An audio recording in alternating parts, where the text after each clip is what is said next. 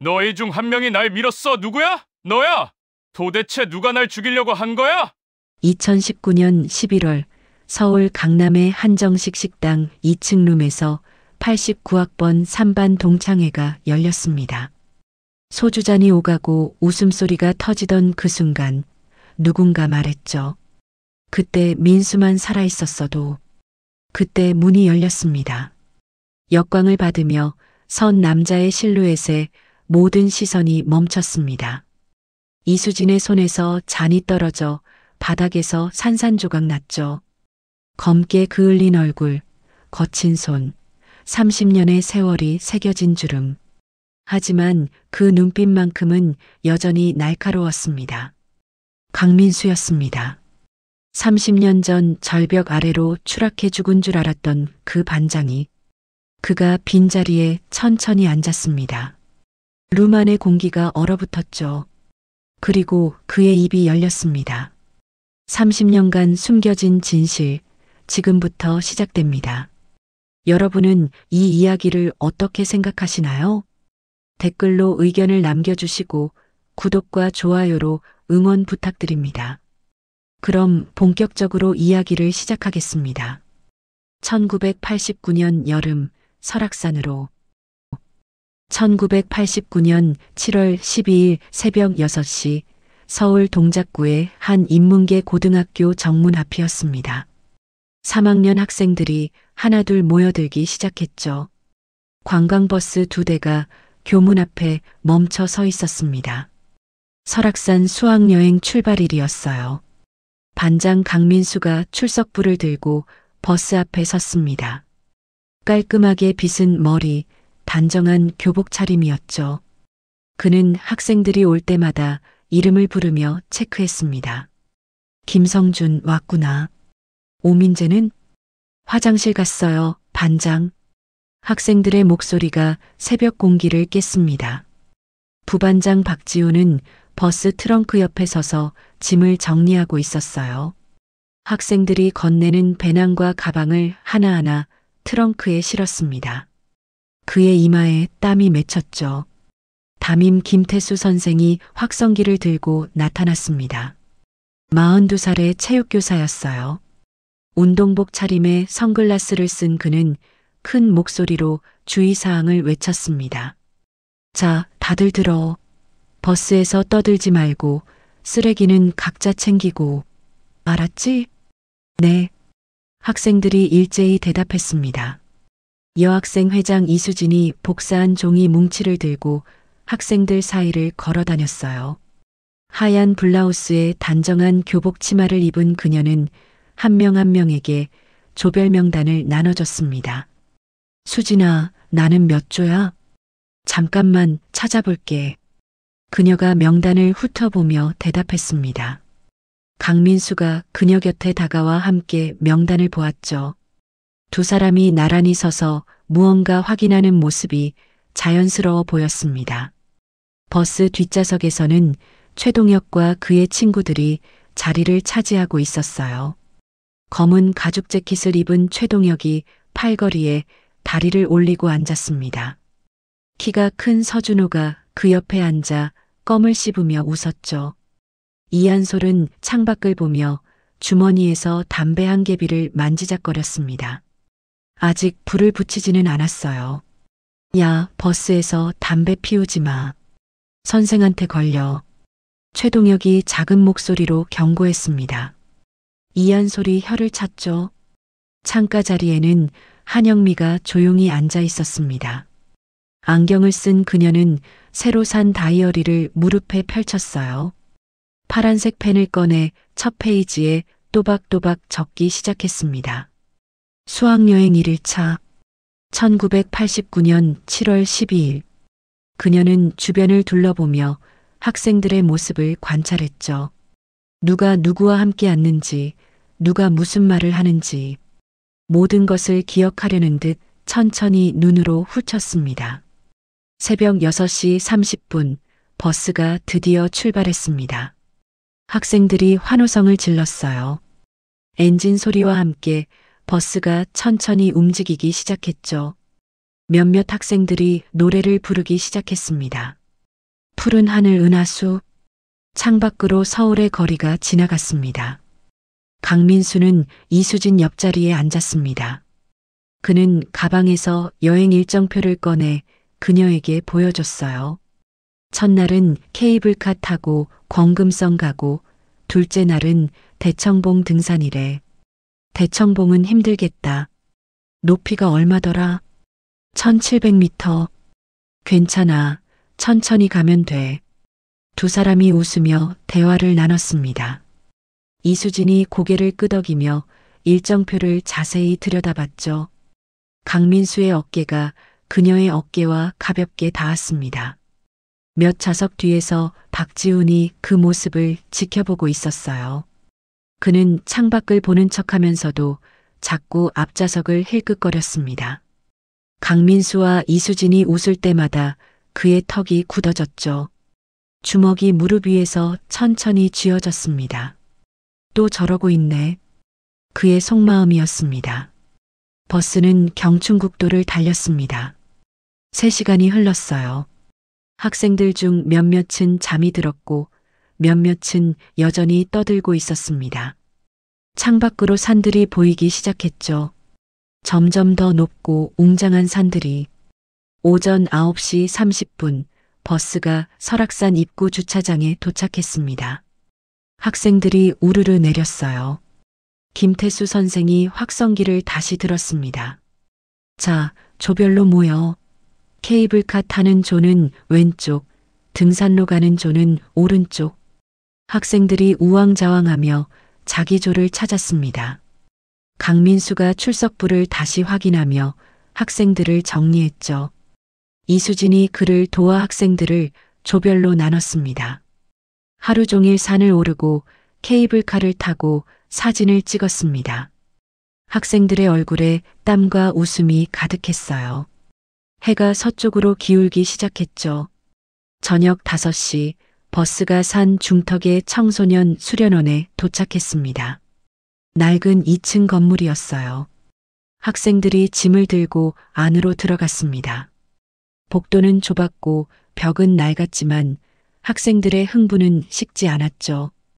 강민수가 룸메이트 배정표를 확인했습니다. 2층 203호 박지훈, 최동혁. 그는 종이를 접어 주머니에 넣었어요. 괜찮아. 다 친구들이잖아. 속으로 생각했습니다. 밤 10시 취침 시간이었습니다. 김태수 선생이 복도를 천천히 걸으며 각 방을 확인했어요. 불이 꺼진 방들, 속삭이는 소리들. 선생이 가끔 문을 두드리며 조용히 하라고 주의를 줬습니다. 203호 안 강민수는 창가에 서서 밖을 내다보고 있었습니다. 어두운 산이 거대한 그림자처럼 보였어요. 별들이 하늘에 가득했습니다. 그는 내일 일정을 머릿속으로 정리했죠. 아침 7시 기상, 8시 아침 식사, 9시 등산 시작. 침대에 누워있던 박지훈이 강민수의 뒷모습을 가만히 바라봤습니다.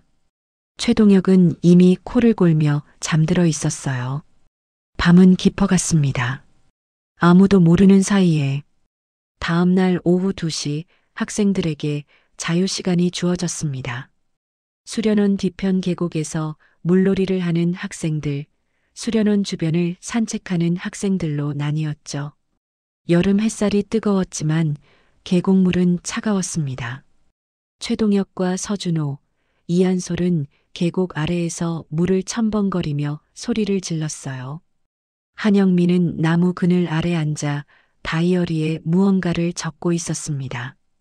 강민수와 이수진은 계곡 상류 쪽으로 천천히 걸어갔습니다.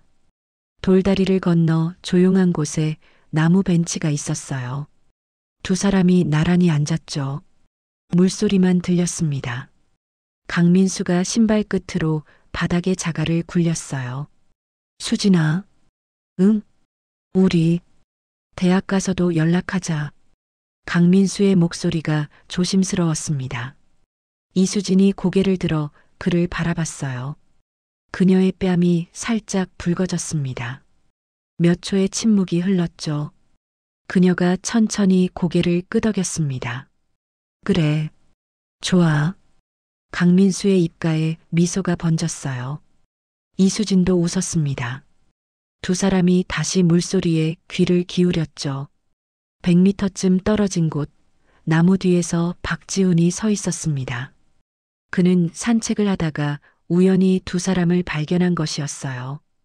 강민수가 무언가 말하는 모습, 이수진이 고개를 끄덕이는 모습, 박지훈의 손이 주머니 속에서 천천히 주먹으로 쥐어졌습니다. 턱이 굳어졌죠. 또 저렇게. 그는 뒤돌아서서 수련원 쪽으로 성큼성큼 걸어갔습니다. 나무 뒤에 서 있던 자리에 신발 자국이 깊게 패였어요. 저녁 6시 학생들이 식당에 모여 저녁을 먹었습니다. 김치찌개와 흰 쌀밥, 계란말이가 식탁에 놓였어요. 학생들이 숟가락을 부딪히며 밥을 먹었습니다. 밥을 다 먹은 후 모두 강당으로 이동했죠. 저녁 8시 장기자랑 시간이었습니다. 무대 위에 조명이 켜졌어요. 김태수 선생이 마이크를 들고 학생들을 불렀습니다. 자, 누가 먼저 나올래? 노래든 춤이든 뭐든지. 학생들이 웅성거렸습니다. 박지훈이 천천히 손을 들었어요. 제가 할게요. 그가 무대로 올라갔습니다. 누군가 뒤에서 기타를 건네줬죠. 박지훈이 기타를 무릎에 올리고 줄을 튕겼습니다. 맑은 소리가 강당에 울렸어요. 그는 노래를 부르기 시작했습니다. 그대 내 품에. 학생들이 조용히 들었습니다. 강민수와 이수진은 앞쪽에 나란히 앉아 있었어요. 박지훈의 시선이 자꾸 그쪽으로 향했습니다. 노래를 부르면서도 두 사람을 힐끗힐끗 쳐다봤죠. 기타줄을 누르는 손에 힘이 들어갔어요. 노래가 끝나고 박수가 터졌습니다. 박지훈이 무대에서 내려와 뒤쪽 출구 쪽으로 걸어갔습니다. 최동혁이 그의 뒤를 따라 나갔어요. 복도를 지나 화장실로 향했죠. 박지훈이 세면대에 물을 틀었습니다. 차가운 물로 얼굴을 씻었어요. 물이 뚝뚝 떨어졌습니다. 최동혁이 옆에 섰습니다. 그는 담배를 입에 물고 불을 붙였어요. 화장실 안에 연기가 피어올랐습니다. 지훈아. 뭐? 답답하겠다. 최동혁의 목소리가 낮았습니다. 박지훈이 고개를 돌려 그를 바라봤어요. 오늘 밤 우리끼리 한잔하자. 술 있어. 박지훈이 잠시 망설였습니다. 하지만 고개를 끄덕였죠. 알았어. 두 사람이 화장실을 나왔습니다. 복도에 담배 냄새가 희미하게 남았어요. 밤 10시 소등 시간이었습니다. 김태수 선생이 복도를 돌며 불이 꺼진 것을 확인했어요. 각 방에서 속삭이는 소리가 들렸지만 곧 잠잠해졌습니다. 선생이 1층 숙소로 내려갔죠. 밤 11시 2층 복도에서 문이 조용히 열렸습니다. 박지훈이 슬리퍼를 신고 나왔어요. 최동혁, 서준호, 이한솔도 각자 방에서 나왔습니다. 김성준과 오민재도 합류했죠. 6명이 계단을 조심스럽게 내려갔습니다. 신발 소리가 나지 않게 천천히. 수련원 뒤편 야외 탁자 근처에 그들이 모였습니다. 최동혁이 가방에서 소주병 2개를 꺼냈어요. 종이컵도 함께. 소주를 따르는 소리가 어둠 속에서 작게 들렸습니다. 자, 마시자. 최동혁이 컵을 들었습니다. 다른 학생들도 컵을 받아들었죠. 소주가 목으로 넘어갔어요. 서준호가 얼굴을 찡그렸습니다. 독하네. 처음이야? 익숙해져. 이한솔이 웃으며 말했습니다. 학생들이 작은 목소리로 웃었어요. 박지훈은 컵을 한 번에 비웠습니다. 다시 따라서 또 마셨죠. 2층 203호 강민수는 침대에 누워 있었습니다.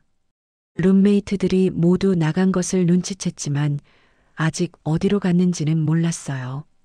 그는 다이어리를 꺼내 오늘 일정을 정리하기 시작했습니다. 펜을 움직이다가 문득 창밖을 바라봤죠. 건물 뒤편에서 희미한 불빛이 움직이고 있었습니다. 손전등 불빛이었어요. 강민수가 자리에서 일어나 창문에 가까이 갔습니다. 유리에 이마를 대고 자세히 들여다봤죠. 야외 탁자 근처에 학생들이 모여 있는 것이 보였어요. 무슨 짓이야? 강민수의 눈썹이 찌푸려졌습니다. 그는 슬리퍼를 신고 방문을 열었어요. 복도는 조용했습니다. 계단을 내려가며 발소리를 최대한 죽였죠. 1층을 지나 뒷문으로 나갔습니다. 밤 공기가 차갑게 얼굴을 스쳤어요. 건물 뒤편으로 천천히 걸어갔습니다. 하지만 야외 탁자에 도착했을 때는 이미 아무도 없었어요. 빈 소주병 2개만 바닥에 굴러다녔습니다. 종이컵도 몇 개 흩어져 있었죠. 저들이 어디로 간 거야? 강민수가 주변을 둘러봤습니다. 멀리 산 쪽으로 희미한 불빛이 보였어요. 손전등 불빛이 흔들리며 위로 올라가고 있었습니다. 강민수는 그쪽을 향해 걷기 시작했습니다. 강민수는 산 쪽 오솔길로 접어들었습니다. 나무 사이로 희미한 달빛이 스며들었어요. 발밑에 돌멩이가 굴러갔습니다. 슬리퍼가 미끄러웠지만 계속 올라갔죠. 오솔길은 생각보다 가팔랐습니다. 한 걸음 한 걸음 오를 때마다 숨이 찼어요. 나무 뿌리가 길을 가로막았습니다. 강민수가 뿌리를 넘다가 발을 헛디뎠죠. 발목이 꺾이며 통증이 왔습니다. 아! 그는 작게 신음했지만 멈추지 않았어요. 발목을 주물러 보고 다시 걷기 시작했습니다. 절뚝거리면서도 위로 올라갔죠. 멀리서 웃음소리가 들렸습니다. 낮게 웃는 소리, 무언가 속삭이는 소리.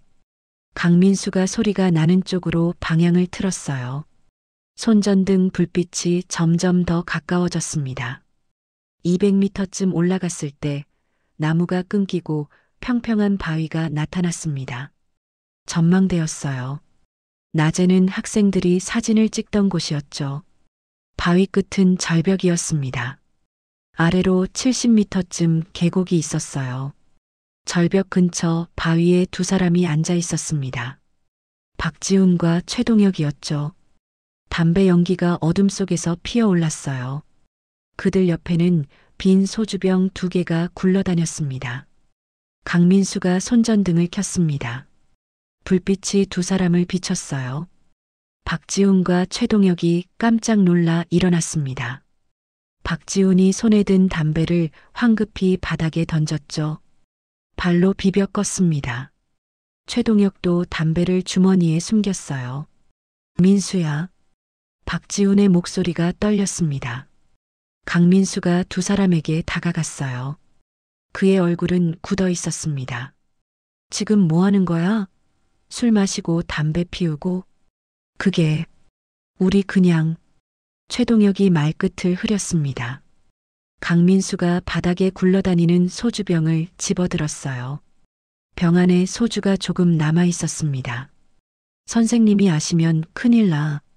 당장 내려가자. 강민수의 목소리가 단호했습니다.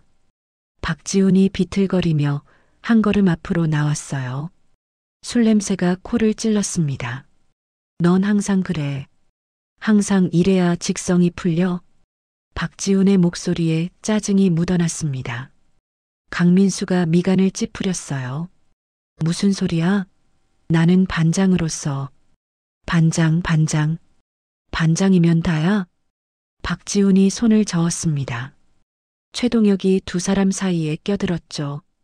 야, 지훈아. 그만하자. 민수 말이 맞아. 우리 내려가자. 최동혁이 박지훈의 팔을 잡았습니다. 박지훈이 팔을 뿌리쳤어요. 너 먼저 가. 나는 민수랑 할 말 있어. 최동혁이 잠시 망설였습니다. 강민수와 박지훈을 번갈아 쳐다봤죠. 공기가 무거웠어요. 최동혁이 한숨을 쉬었습니다. 그래. 너희 둘이 얘기해. 나는 먼저 갈게. 그가 오솔길로 내려가기 시작했습니다. 발소리가 점점 멀어졌어요. 이제 절벽 위에는 강민수와 박지훈만 남았습니다. 바람이 불었습니다. 나뭇잎이 바스락거렸어요. 박지훈이 절벽 가장자리에 등을 돌리고 섰습니다. 강민수가 그를 마주봤죠. 지훈아, 무슨 일 있어? 강민수의 목소리가 부드러워졌습니다. 박지훈이 웃었어요. 쓴웃음이었습니다. 무슨 일이냐고? 넌 정말 모르는구나. 뭘? 넌 항상 모든 걸 다 가져. 반장도, 선생님 신임도, 친구들 인기도. 박지훈의 목소리가 커졌습니다. 강민수가 고개를 저었어요. 그게 무슨... 수진이까지. 박지훈이 그 이름을 내뱉었습니다. 강민수가 입을 다물었어요. 뭐라고? 수진이가 뭐? 강민수가 조심스럽게 물었습니다. 박지훈이 손으로 머리를 쓸어 올렸죠. 나도 수진이를 좋아했어. 2학년 때부터. 그런데 넌 눈치도 못 챘지? 강민수의 눈이 커졌습니다. 그는 아무 말도 할 수 없었어요. 오늘도 봤어. 계곡에서 너희 둘이 연락하자고 했지? 박지훈의 목소리가 떨렸습니다. 분노인지 슬픔인지 알 수 없었어요. 강민수가 한 걸음 다가갔습니다. 미안해, 나는 몰랐어. 하지만 지훈아. 됐어. 이제 와서 미안하다고 해서 뭐가 달라져? 박지훈이 뒤돌아서서 절벽 아래를 내려다봤습니다. 아래는 70m 깊이의 어둠이었어요. 바람이 계곡에서 올라와 그의 머리카락을 흔들었습니다. 그 순간 숲에서 바스락거리는 소리가 들렸습니다. 나뭇가지가 꺾이는 소리. 강민수와 박지훈이 동시에 고개를 돌렸지만 어둠만 보였어요. 바람이 나뭇잎을 흔든 소리겠지. 강민수는 다시 박지훈에게 시선을 돌렸습니다. 지훈아, 우리 내려가서 얘기하자. 여기는 위험해. 강민수가 손을 내밀었습니다. 박지훈을 잡으려고. 그런데 그때였습니다. 강민수의 등 뒤에서 무언가가 움직였어요. 빠르게, 강하게 등을 밀었습니다. 강민수의 몸이 앞으로 쏠렸습니다. 발이 허공에 떴어요. 비명을 지를 틈도 없었습니다. 손이 허공을 휘저었죠. 박지훈의 눈이 커졌습니다. 그는 본능적으로 손을 뻗었어요. 강민수의 팔을 잡으려고. 하지만 손끝이 스치기만 했습니다. 강민수는 절벽 아래 어둠 속으로 추락했습니다. 무언가 부딪히는 둔탁한 소리, 나뭇가지가 부러지는 소리, 그리고 깊은 침묵. 박지훈이 절벽 가장자리에 무릎을 꿇었습니다. 아래를 내려다봤지만 아무것도 보이지 않았어요. 그의 손이 떨렸습니다. 입이 벌어졌지만 소리가 나오지 않았죠. 뒤에서 발소리가 들렸습니다. 누군가 숲속으로 뛰어가는 소리. 박지훈이 뒤돌아봤지만 이미 아무도 없었습니다. 그는 다시 절벽 아래를 내려다봤어요. 입술이 떨렸습니다. 민수야, 민수야. 그의 외침이 어둠 속으로 흩어졌습니다. 2019년 11월 서울 강남 한정식 식당 고향집 2층 룸. 강민수가 빈자리에 앉은 후 10초가 흘렀습니다. 아무도 입을 열지 못했어요. 20명의 동창들이 그를 멍하니 바라보기만 했습니다. 박지훈의 얼굴이 하얗게 질렸습니다. 그의 손이 테이블 위에서 떨렸어요. 이수진은 깨진 잔 조각을 보며 입을 손으로 막고 있었습니다. 최동혁이 담배를 입에 물다가 말았죠. 유령이야? 김성준이 떨리는 목소리로 중얼거렸습니다. 옆에 앉은 오민재가 고개를 저었어요. 아니야, 쌍둥이 동생 있었나? 민수한테? 외동이었어, 바보야. 한영미가 조용히 말했습니다. 그녀는 안경을 고쳤으며 강민수를 똑바로 쳐다봤어요. 진짜 민수야. 그녀의 속마음이었습니다. 문이 열렸습니다. 식당 주인 아주머니가 고개를 들이밀었어요. 60대 중반의 아주머니는 걱정스러운 얼굴로 물었습니다. 괜찮으세요? 잔 깨지는 소리가 들려서요. 아, 네. 괜찮아요. 실수로 떨어뜨렸어요. 이수진이 얼른 대답했습니다. 아주머니가 룸 안을 둘러봤어요. 이상한 분위기를 느꼈지만 더 묻지 않았습니다. 그럼 빗자루 가져올까요? 아니요, 저희가 치울게요. 최동혁이 말했습니다. 아주머니가 고개를 끄덕이고 문을 닫았어요. 다시 침묵이 흘렀습니다. 강민수가 허름한 청가방을 무릎에서 테이블 위로 올렸습니다. 지퍼를 천천히 열었어요. 지퍼 소리가 룸 안에 크게 울렸습니다. 그는 가방 속에서 투명 지퍼백을 꺼냈어요. 지퍼백 안에는 낡은 카세트 테이프가 하나 들어 있었습니다. 테이프 표면이 발해 있었습니다. 라벨에는 손글씨로 1989년 7월 13일이라고 적혀 있었어요. 강민수가 지퍼백을 열고 테이프를 꺼내 테이블 중앙에 놓았습니다. 모두의 시선이 그 테이프에 쏠렸어요. 박지훈의 눈이 커졌습니다. 뭐야, 저게 뭐야? 그의 속마음이 외쳤습니다.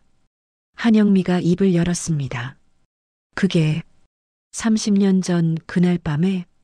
맞아. 강민수가 짧게 대답했습니다. 그의 목소리는 낮고 차분했어요. 누가 카세트 플레이어 있어? 강민수가 동창들을 둘러봤습니다. 다들 고개를 저었죠. 요즘 누가 카세트를 쓰나? 최동혁이 벌떡 일어났습니다. 아래 가서 물어볼게. 그가 룸문을 열고 계단을 뛰어내려갔습니다. 발소리가 점점 멀어졌어요. 2분쯤 지났을 때 발소리가 다시 가까워졌습니다. 최동혁이 낡은 라디오 카세트를 들고 들어왔어요. 은색 테두리에 검은색 몸통인 구형 모델이었습니다. 아주머니가 주방에서 트로트 들으시던 거래. 최동혁이 테이블에 라디오 카세트를 내려놓았습니다. 전선을 벽 콘센트에 꽂았어요. 빨간 불이 들어왔습니다. 강민수가 테이프를 집어들었습니다. 플레이어 앞에 있는 투입구를 열었어요. 테이프를 넣고 덮개를 닫았습니다. 그의 손가락이 재생 버튼 위에서 멈췄습니다. 룸 안이 완전히 조용해졌어요. 숨소리마저 죽인 듯 했습니다. 강민수가 버튼을 눌렀습니다. 지지직. 잡음이 먼저 흘러나왔습니다. 낡은 테이프 특유의 소리였어요. 그 사이로 바람 소리가 들렸습니다. 나뭇잎이 바스락거리는 소리, 벌레 우는 소리, 발걸음 소리가 들렸습니다. 누군가 돌을 밟으며 걷는 소리, 숨소리도 들렸어요. 거친 숨소리, 그리고 목소리가 흘러나왔습니다. 지금 뭐 하는 거야? 술 마시고 담배 피우고? 강민수의 목소리였습니다. 30년 전의 목소리. 지금보다 더 젊고 높았어요. 그게 우리 그냥 다른 목소리가 들렸습니다. 최동혁의 목소리였죠. 룸에 앉아있던 최동혁이 눈을 감았습니다. 그때 그 순간이 떠올랐어요. 테이프에서 대화가 계속 이어졌습니다. 선생님 얘기, 내려가자는 말, 반장이라는 단어. 그리고 박지훈의 목소리가 들렸어요. 넌 항상 그래. 항상 이래야 직성이 풀려. 룸에 앉은 박지훈의 얼굴이 더 하얗게 질렸습니다. 그의 손이 주먹으로 쥐어졌어요. 손톱이 손바닥을 파고들었습니다. 너 먼저 가. 나는 민수랑 할 말 있어. 최동혁의 목소리가 들렸습니다. 발소리가 멀어지는 소리, 그리고 잠시 정적, 바람 소리만 들렸습니다. 10초가 흘렀어요. 지훈아, 무슨 일 있어? 강민수의 목소리. 무슨 일이냐고? 넌 정말 모르는구나. 박지훈의 목소리. 술에 취한 목소리였습니다. 대화가 이어졌어요. 반장, 신임, 임기. 그리고 그 이름. 수진이까지. 박지훈의 목소리에 분노가 섞여 있었습니다. 이수진이 테이블을 붙잡았어요. 그녀의 손이 새하얗게 질렸습니다. 대화가 계속되었습니다. 좋아했다는 고백, 계곡에서 본 것, 미안하다는 말, 그리고 약 10초간의 침묵, 바람 소리만, 나뭇잎 소리만, 갑자기 바스락거리는 소리가 크게 들렸습니다.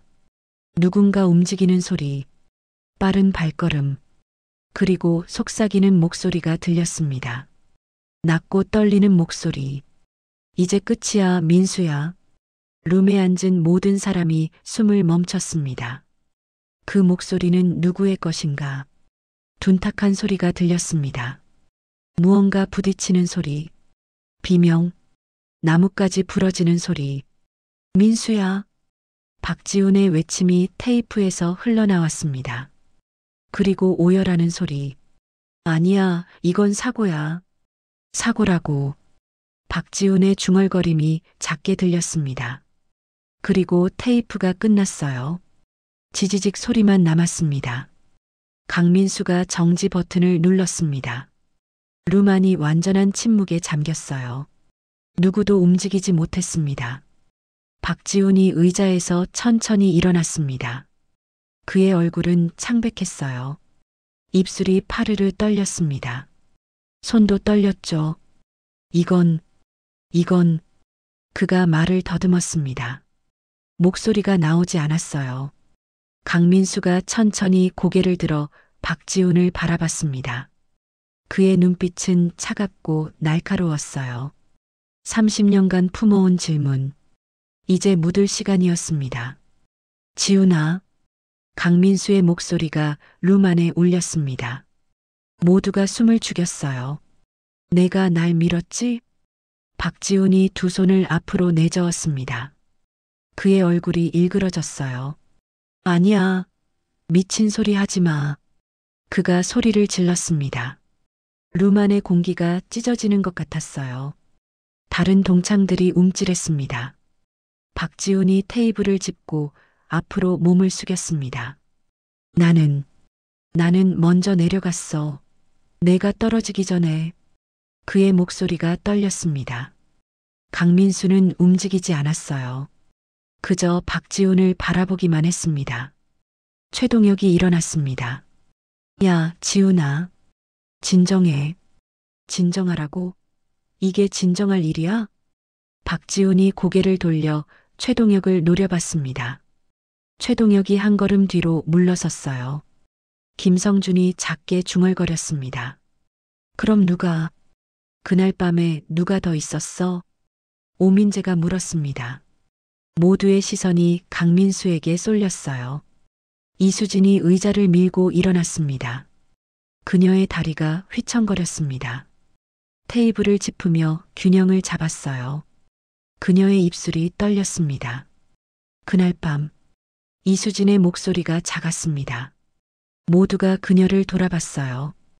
그녀가 눈을 감았다 떴습니다. 눈가에 눈물이 맺혔어요. 나도 거기 있었어. 룸 안이 다시 얼어붙었습니다. 한영미가 안경을 만지작거렸습니다. 뭐라고? 수진아. 뭐라고?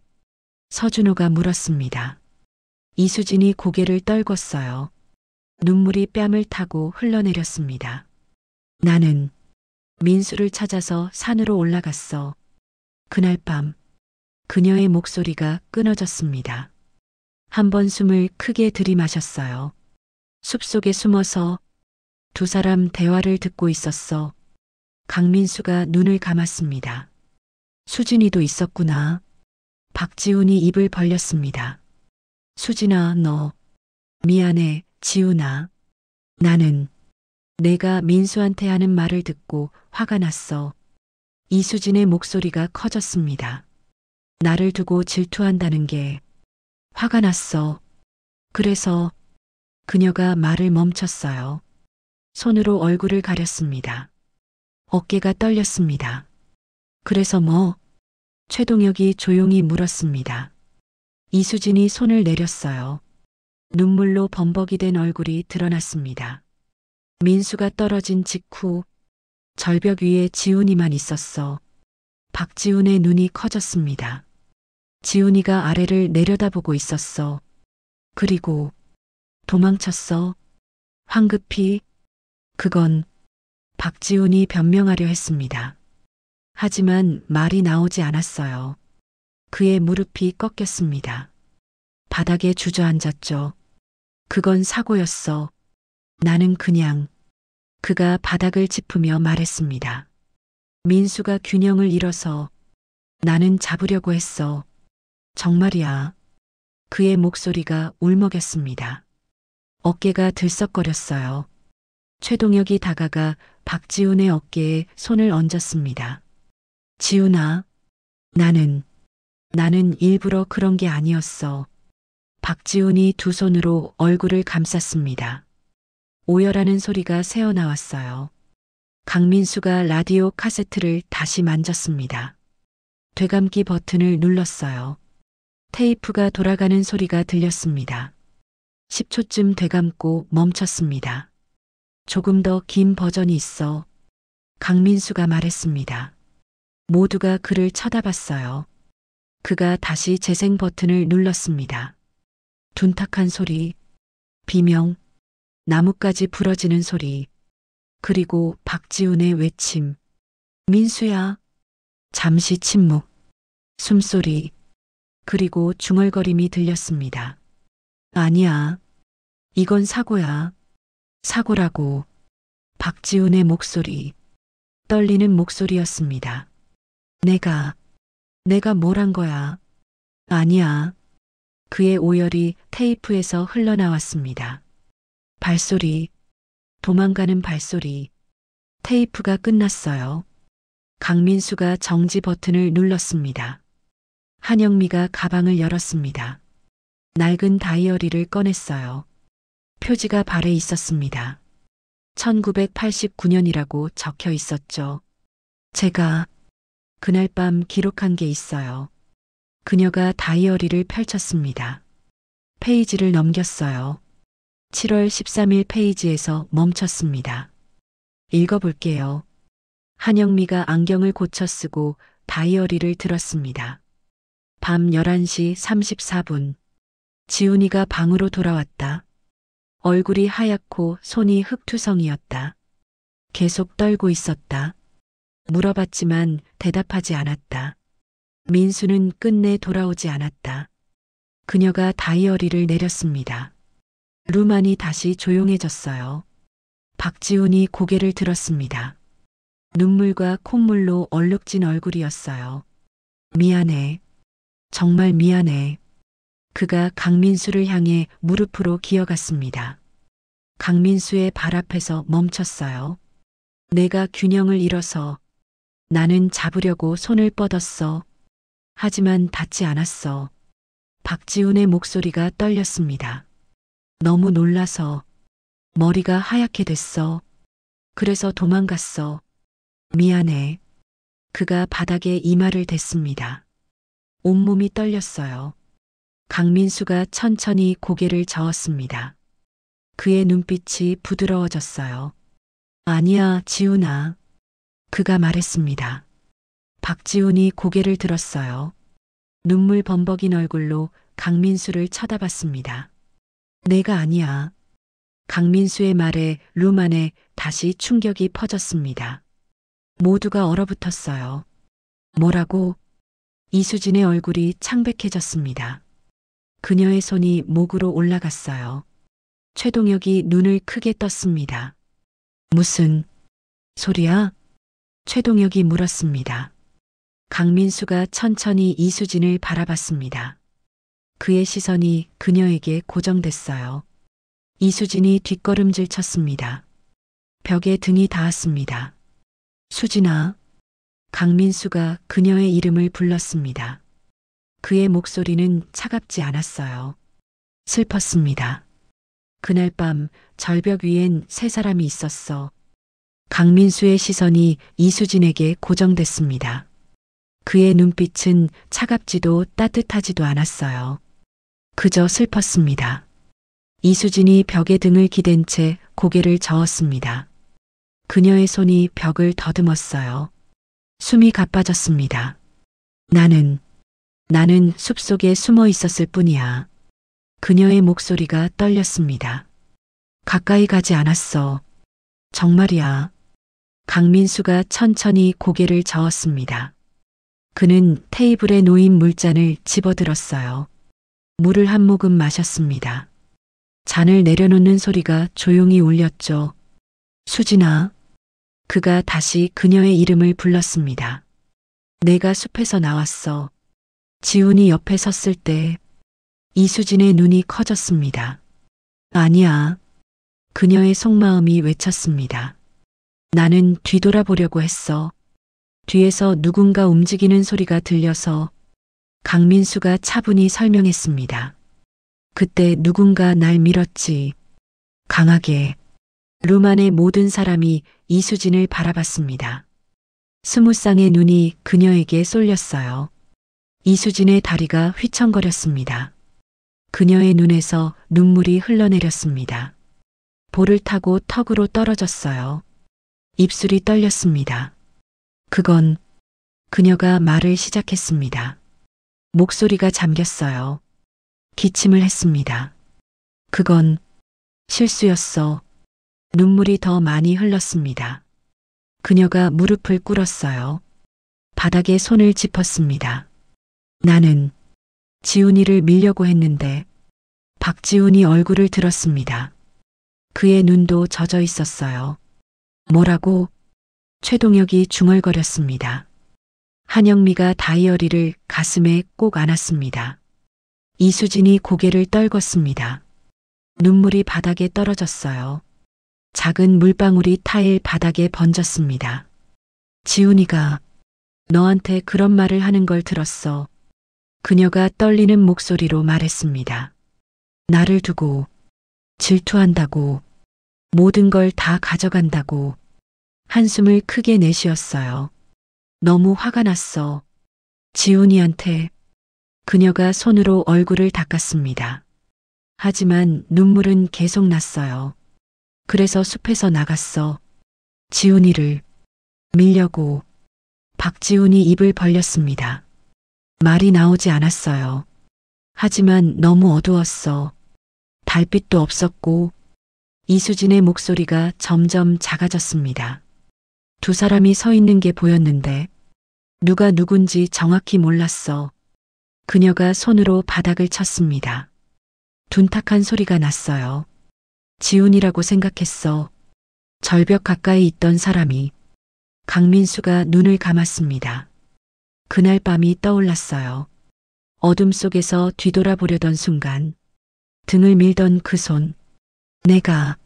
내가 실수로 널 밀었어, 민수야. 이수진이 목 놓아 울었습니다. 어깨가 들썩거렸어요. 너는 비틀거렸고 지훈이가 잡으려고 손을 뻗었어. 박지훈이 고개를 끄덕였습니다. 그는 그때를 기억했어요. 강민수의 팔을 잡으려던 순간, 손끝이 스치기만 했던 순간.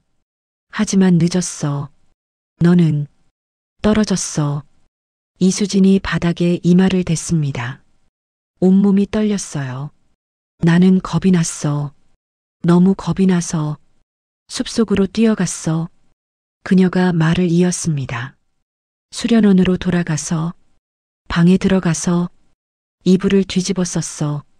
룸 안이 조용했습니다. 오직 이수진의 흐느끼는 소리만 들렸어요. 다음 날 아침 선생님들이 너를 찾는다고 했을 때 그녀가 고개를 들었습니다. 얼굴이 눈물과 콧물로 범벅이었어요. 나는 아무 말도 못했어. 입이 안 떨어졌어.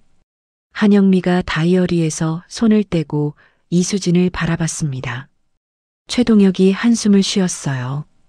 김성준과 오민재는 그저 멍하니 앉아 있었습니다. 수색대가 너를 못 찾았다고 했을 때 이수진의 목소리가 끊어졌습니다. 나는 내가 너를 죽였다고 생각했어. 30년 동안. 그녀가 강민수를 올려다봤습니다. 눈물 범벅인 얼굴로. 미안해. 정말 미안해. 난 일부러 그런 게 아니었어. 박지훈이 일어났습니다. 비틀거리며 이수진에게 다가갔어요. 그녀 옆에 무릎을 꿇었습니다. 나도 미안해, 수진아.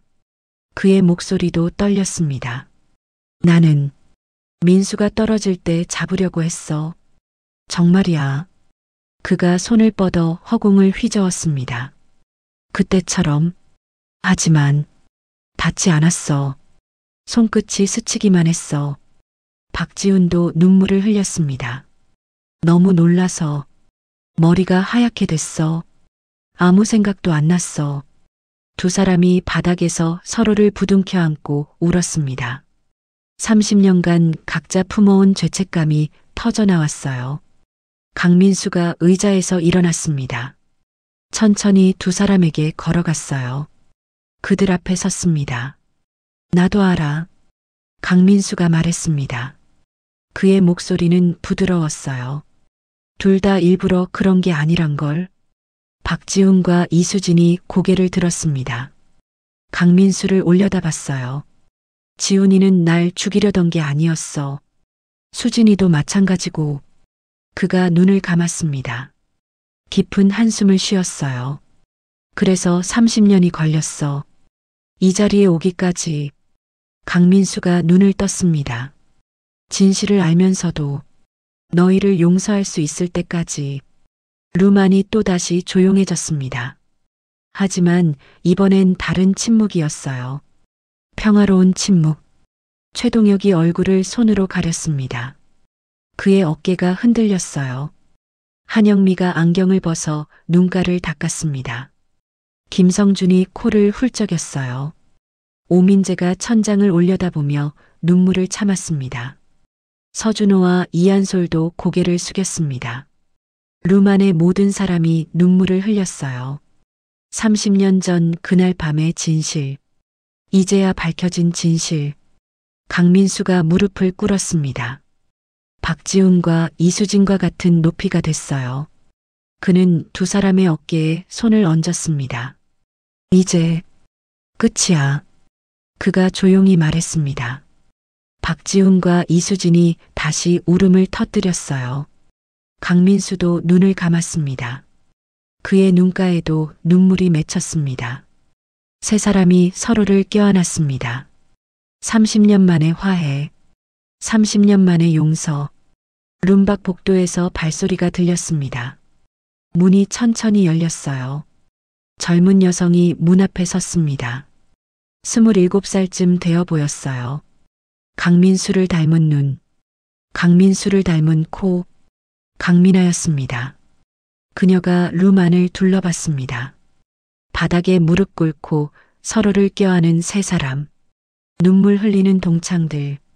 그녀의 눈에도 눈물이 고였어요. 아빠. 그녀가 작게 불렀습니다. 강민수가 고개를 돌렸습니다. 딸을 봤어요. 그는 미소를 지었습니다. 눈물 속에서 피어난 미소. 미나야, 들어와. 강민아가 룸 안으로 들어왔습니다. 아버지에게 천천히 걸어갔어요. 그리고 그의 뒤에 섰습니다. 아버지의 어깨에 손을 얹었죠. 잘하셨어요, 아빠. 그녀가 속삭였습니다. 강민수가 딸의 손을 잡았습니다.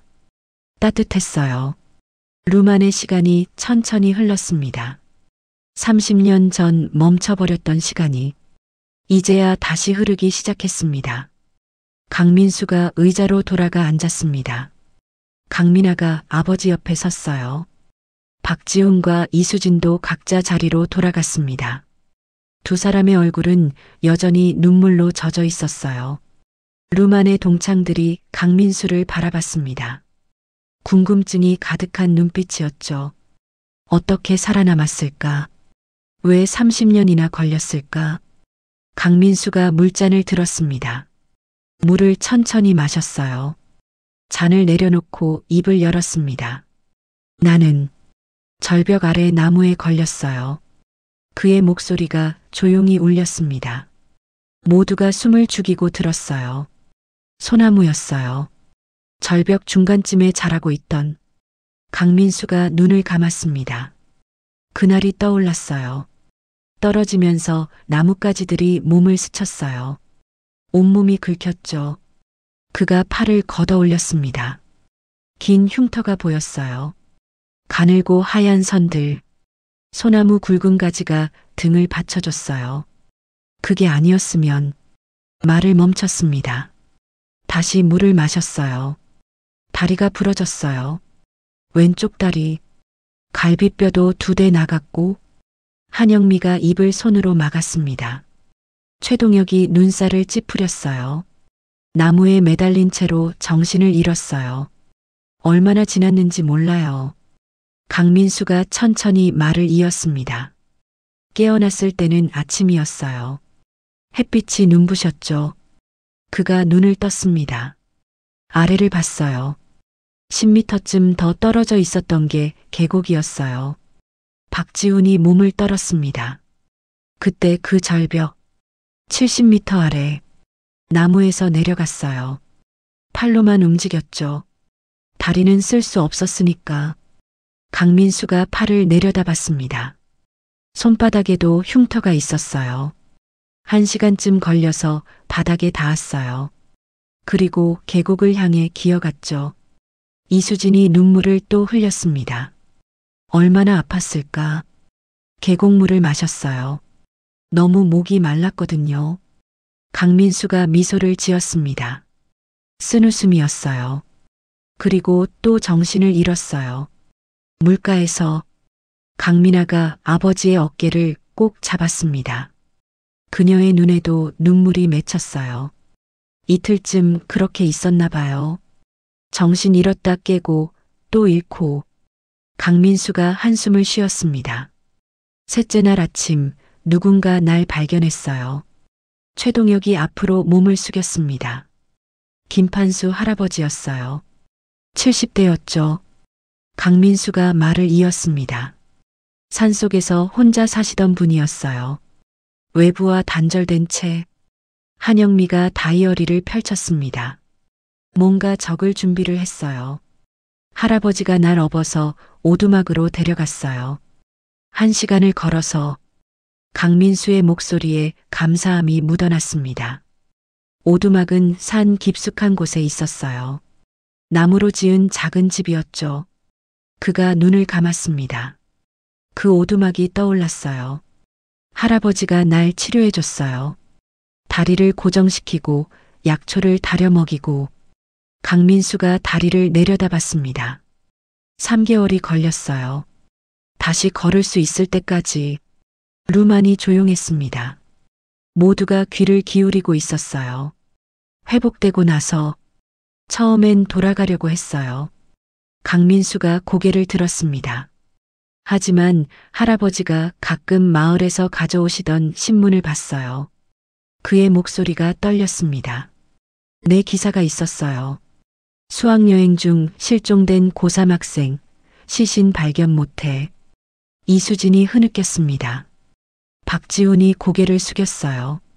부모님이 장례를 치르셨더라고요. 시신 없는 장례식을. 강민수의 눈가가 붉어졌습니다.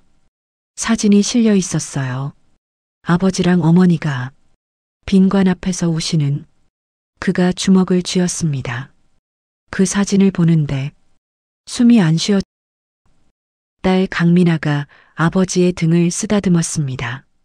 갑자기 나타나면 부모님이 얼마나 놀라실까, 충격을 받으실까. 강민수가 고개를 저었습니다. 그런 생각이 들었어요. 이미 날 보내셨는데. 최동혁이 눈물을 닦았습니다. 그리고 또 다른 이유가 있었어요. 강민수가 동창들을 둘러봤습니다. 나를 밀었던 사람이 누구인지 확신할 수 없었어요. 박지훈과 이수진이 고개를 들었습니다. 지훈이일 수도 다른 누군가일 수도 있었죠. 강민수가 말을 이었습니다. 만약 진실을 밝히면 그 사람의 인생이 파괴될 거라고 생각했어요. 그가 눈을 감았습니다. 고의가 아닌데, 사고였는데. 그 죄책감을 평생 짊어지고 살아야 한다면 한영미가 다이어리에 무언가를 적었습니다. 그래서 결정했어요. 강민수는 죽은 걸로 하자고. 강민수가 입술을 깨물었습니다. 할아버지와 20년을 살았어요. 산에서 그가 손을 펼쳤습니다. 굳은 살이 가득했어요. 나물 캐고 약초 캐고 물 길어다 드시고 그렇게 살았어요. 강민아가 아버지의 손을 잡았습니다. 할아버지가 10년 전에 돌아가셨어요. 90살에 강민수의 목소리가 잠겼습니다. 혼자가 됐죠. 산속에 그가 한숨을 쉬었습니다. 그렇게 또 몇 년을 살았어요. 혼자서 룸 밖에서 차 소리가 들렸습니다. 하지만 아무도 신경 쓰지 않았어요. 10년 전 어느 날 마을에 내려갔어요. 약초를 팔러 강민수가 딸을 올려다 봤습니다. 거기서 한 사람을 만났어요. 강민아가 미소를 지었습니다. 눈물 속의 미소. 진수정. 그게 그 사람 이름이었어요. 강민수가 말했습니다. 30대 싱글맘이었죠. 7살 아들을 혼자 키우고 있었어요. 그가 눈을 감았습니다. 약초 가게 주인이었어요. 내 약초를 사주셨죠? 강민수가 눈을 떴습니다. 자꾸 보게 됐어요. 약초를 팔러 갈 때마다 그의 얼굴에 온기가 돌았습니다. 그리고 사랑에 빠졌어요. 50살에 최동혁이 미소를 지었습니다. 한영미도 고개를 끄덕였어요. 수정 씨에게 모든 걸 말했어요. 내가 누군지, 과거가 뭔지. 강민수가 딸의 손을 꼭 잡았습니다. 그 사람은 이해해줬어요. 받아줬어요. 강민아가 고개를 끄덕였습니다. 그리고 이 아이가 태어났어요. 민아. 강민수가 딸을 바라봤습니다. 사랑이 가득한 눈빛이었어요. 결혼은 안 했어요. 할 수 없었죠. 호적이 없었으니까. 그가 쓴웃음을 지었습니다. 하지만 가족이 됐어요. 수정 씨와 아들, 그리고 미나와. 룸 안의 분위기가 따뜻해졌습니다. 미나가 자라는 걸 봤어요. 20살이 될 때까지. 강민수가 말을 이었습니다. 기다렸어요. 이 아이가 충분히 성숙해질 때까지. 그가 딸을 올려다 봤습니다. 내가 누군지, 왜 이렇게 살았는지 이해할 수 있을 만큼. 강민아가 눈물을 닦았습니다. 올해 초 미나에게 모든 걸 말했어요. 강민수가 동창들을 바라봤습니다. 30년 전 그날 밤의 일. 내가 왜 돌아오지 않았는지. 그가 숨을 깊이 들이마셨습니다. 미나가 말했어요. 아빠, 이제 돌아가세요. 진실을 밝히세요. 강민아가 아버지의 어깨에 이마를 기댔습니다. 그래서 여기 왔어요. 너희들을 만나러. 강민수가 미소를 지었습니다. 30년 만에 룸 안이 다시 조용해졌습니다. 하지만 이번엔 평화로운 침묵이었어요. 따뜻한 침묵. 박지훈이 일어났습니다. 이수진도 일어났어요. 최동혁, 한영미, 김성준, 오민재. 모두가 자리에서 일어났습니다. 그들이 강민수에게 다가갔어요. 한 명씩 어깨를 잡고 등을 두드리고 손을 잡았습니다. 말은 필요 없었습니다. 눈물만으로 충분했어요. 30년 만의 재회, 30년 만의 화해, 30년 만의 용서, 그리고 새로운 시작. 한 달이 흘렀습니다. 2019년 12월 같은 식당 고향집 2층 룸이었어요. 이번엔 4사람만 앉아 있었습니다. 강민수, 박지훈, 이수진, 그리고 강민아. 테이블 위에는 따뜻한 된장찌개와 제육볶음이 놓여 있었어요. 김치도 함께. 하지만 아무도 수저를 들지 않았습니다. 박지훈이 먼저 입을 열었습니다. 어제 경찰서에 다녀왔어. 그의 목소리가 떨렸습니다. 이수진이 고개를 끄덕였어요. 나도. 강민수가 두 사람을 바라봤습니다. 그의 눈빛은 차분했어요. 내가 탄원서를 냈어. 처벌을 원하지 않는다고. 박지훈이 고개를 숙였습니다. 이수진의 눈에 눈물이 맺혔어요. 기소유예 처분을 받았어요. 박지훈이 작게 말했습니다. 고맙습니다, 민수야. 고마울 거 없어. 강민수가 미소를 지었습니다. 이제 진짜 끝이야. 우리 모두 새로 시작하는 거야.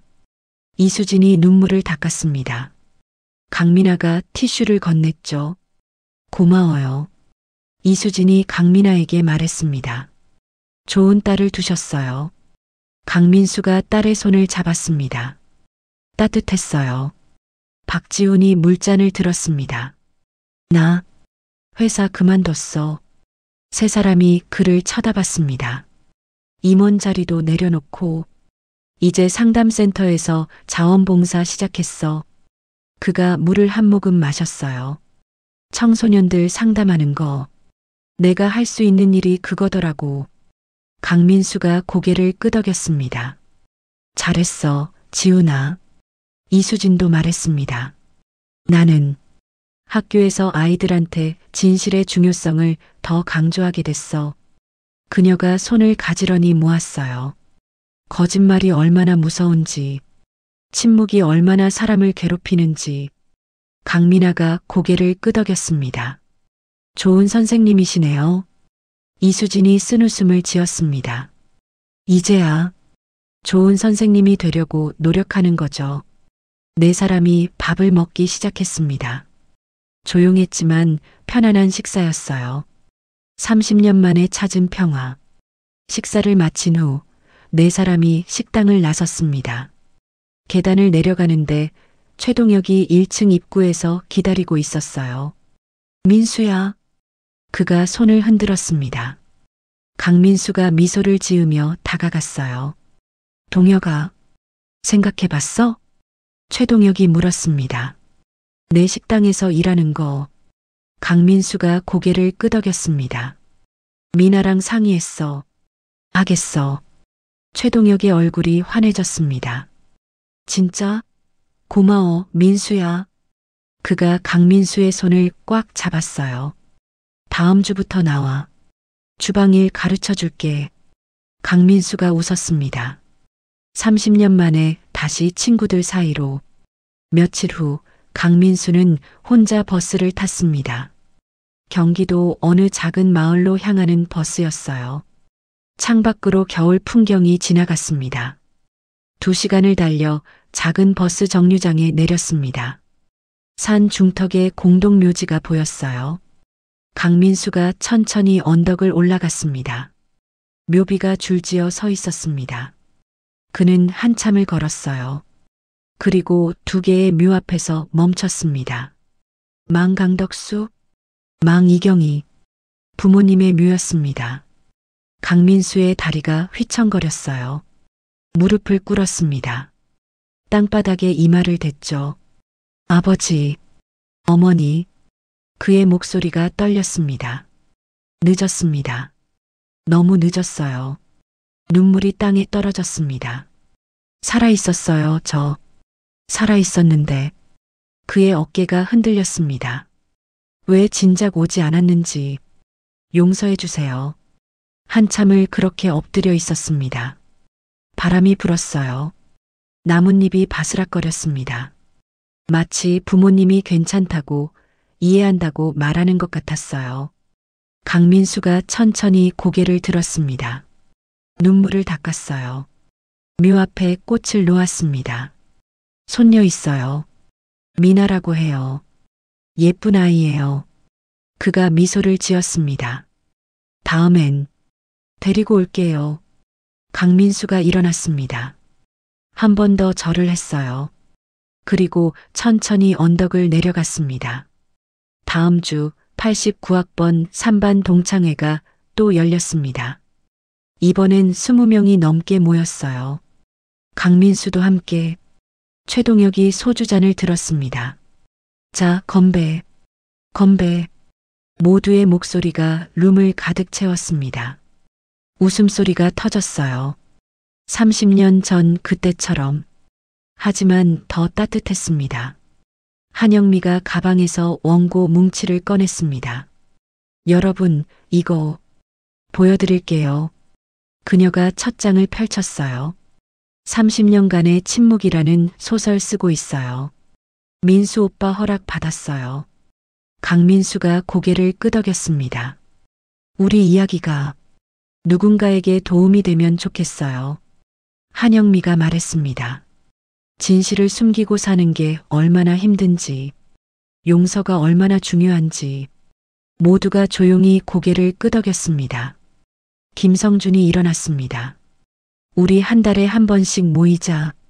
계속. 좋아. 오민재가 맞장구 쳤습니다. 30년 빈자리를 다 같이 채우는 거야. 서준호가 말했습니다. 앞으로 30년 더. 이한솔이 웃으며 소리쳤어요. 모두가 웃었습니다. 강민수도 박지훈도 이수진도 진심으로. 2020년 1월 겨울이 깊어졌습니다. 강민수와 강민아가 설악산 입구에 섰어요. 아버지가 딸의 손을 잡았습니다. 올라갈 수 있겠어요, 아빠? 응, 괜찮아. 두 사람이 산을 오르기 시작했습니다. 눈이 쌓인 오솔길이었어요. 한 걸음 한 걸음 조심스럽게. 1시간쯤 올라갔을까요? 전망대가 나타났습니다. 그 절벽. 30년 전 그 절벽. 강민수가 멈춰섰습니다. 숨을 깊이 들이마셨어요. 강민아가 아버지의 팔을 잡았습니다. 괜찮으세요? 응. 강민수가 절벽 가장자리로 천천히 걸어갔습니다. 조심스럽게. 가장자리에서 3미터쯤 떨어진 곳에 섰어요. 아래를 내려다봤습니다. 70미터 아래. 나무들이 보였어요. 그를 살려준 소나무도. 바람이 불었습니다. 차가운 겨울바람. 하지만 강민수의 얼굴은 평화로웠어요. 아빠. 강민아가 아버지 옆에 섰습니다. 후회하세요? 30년을. 강민수가 고개를 저었습니다. 아니. 그가 딸을 바라봤어요. 너를 만났잖아. 수정이도 만났고. 강민아가 미소를 지었습니다. 그리고 용서하는 법을 배웠어. 강민수가 다시 아래를 내려다봤습니다. 미워하면서 사는 것보다 용서하면서 사는 게 더 행복해. 그가 눈을 감았습니다. 이제 진짜 살아갈 수 있을 것 같아. 강민아가 아버지의 손을 꼭 잡았습니다. 따뜻했어요. 함께 살아가요, 아빠. 그래, 미나야. 두 사람이 뒤돌아섰습니다. 산을 내려가기 시작했어요. 겨울 햇살이 그들을 비췄습니다. 따뜻하고 부드러운 빛. 눈 쌓인 오솔길을 따라 한 걸음씩 아버지와 딸의 발자국이 나란히 찍혔습니다. 과거는 뒤에 두고 미래를 향해. 산 아래 마을에서 연기가 피어올랐습니다. 삶이 있는 곳, 사람들이 있는 곳, 강민수가 돌아갈 곳. 30년간의 침묵은 끝났습니다. 이제 새로운 이야기가 시작됩니다. 용서와 화해의 이야기, 그리고 다시 살아가는 이야기. 절벽 위에서 불어온 바람이 두 사람의 뒤를 따라왔습니다.